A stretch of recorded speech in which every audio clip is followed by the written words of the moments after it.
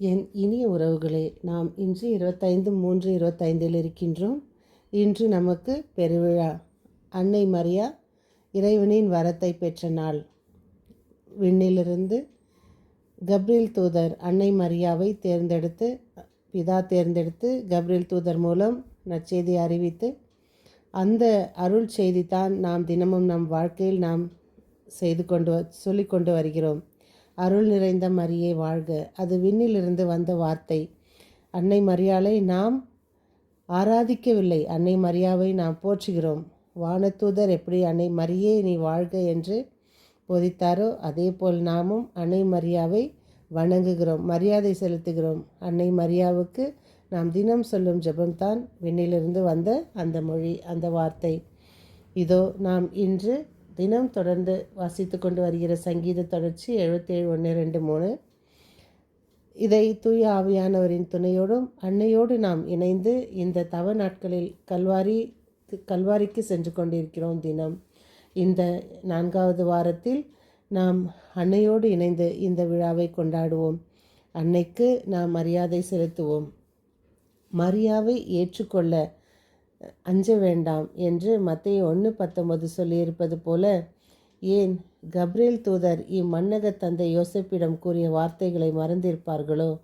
அன்னை மரியாவை ஏற்க தயங்குபவர்கள் விண்ணக தந்தையின் திருவுளத்தையும் இறை வார்த்தையும் ஏற்க தயங்குபவர்கள். இன்றைய வாசகம் எசையா 1:10-14-8-10. இன்றைய 2ஆம் வாசகம் எபிரேயர் 10:4-10. இன்றைய தூய நற்செய்தி வாசகம் 1:26-38. அன்னையே தன்னையே அடிமையாக இறைப்பதம் சமர்ப்பிக்கின்றார். அடிமைக்கு உரிமைகள் கிடையாது, உடைமைகள் கிடையாது. தனது வாழ்விற்காக எந்த ஒரு விருப்பமோ திட்டமோ இல்லாத அனைத்திற்கும் தன் உரிமையாளரை சார்ந்து அவர் திருவுளம் மட்டுமே நிறைவேற்றுகின்ற ஒரு வாழ்வு. அத்தகைய வாழ்வைத்தான் அன்னை மரியா தெரிந்து கொண்டார். ஆண்டவரே, எனக்கென்று எந்த விருப்பமோ திட்டமோ சித்தமோ இல்லை, திருவுளம் நிறைவேற்றுவதே என் சித்தம் என்று தன்னையே கையளிக்கின்றார். அன்னை மரியாளோ ஆண்டவர் இயேசுவோ இருவரின் எண்ணமும் ஒன்றுதான். தந்தையின் திருவுளம் நிறைவேற்ற வேண்டும். தம்முடைய எண்ணமும் வாழ்வும் எவ்வாறு அமைந்திருக்கின்றதோ என்பதை சிந்தித்து இவ்விழாவை கொண்டாடுவது தான் நமக்கு சிறந்தது. இயேசுவின் வாழ்வில் கருவறை முதல் கல்லறை வரை உடன் பயணித்த அன்னை மரியா இயேசுவின் சீடர்களுடைய வாழ்விலும் திருச்சபையினுடைய பயணத்திலும் உடன் பயணிப்பவர். அதைத்தான் திருத்தூதர் பணிகள் 1:14 கூறுகின்றது. அவர்கள் அனைவரும் சில பெண்களோடும் இயேசுவின் சகோதரர்களோடும் அவருடைய தாய் மரியாவோடும் இணைந்து ஒரே மனதோடு இறைவனிடம் வேண்டிக் கொண்டிருந்தார்கள். ஆம் அன்பிற்குரியவர்களே, இயேசுவின் வாழ்வின் உடன் பயணித்த அன்னை மரியா இயேசு செயல்பட ஒரு தாயாக உந்துதலாக இருந்திருக்கின்றார். ஒரு சீடராக இயேசுவை பின்தொடர்ந்து ஒரு முன்மாதிரியாக திகழ்ந்திருக்கின்றார்.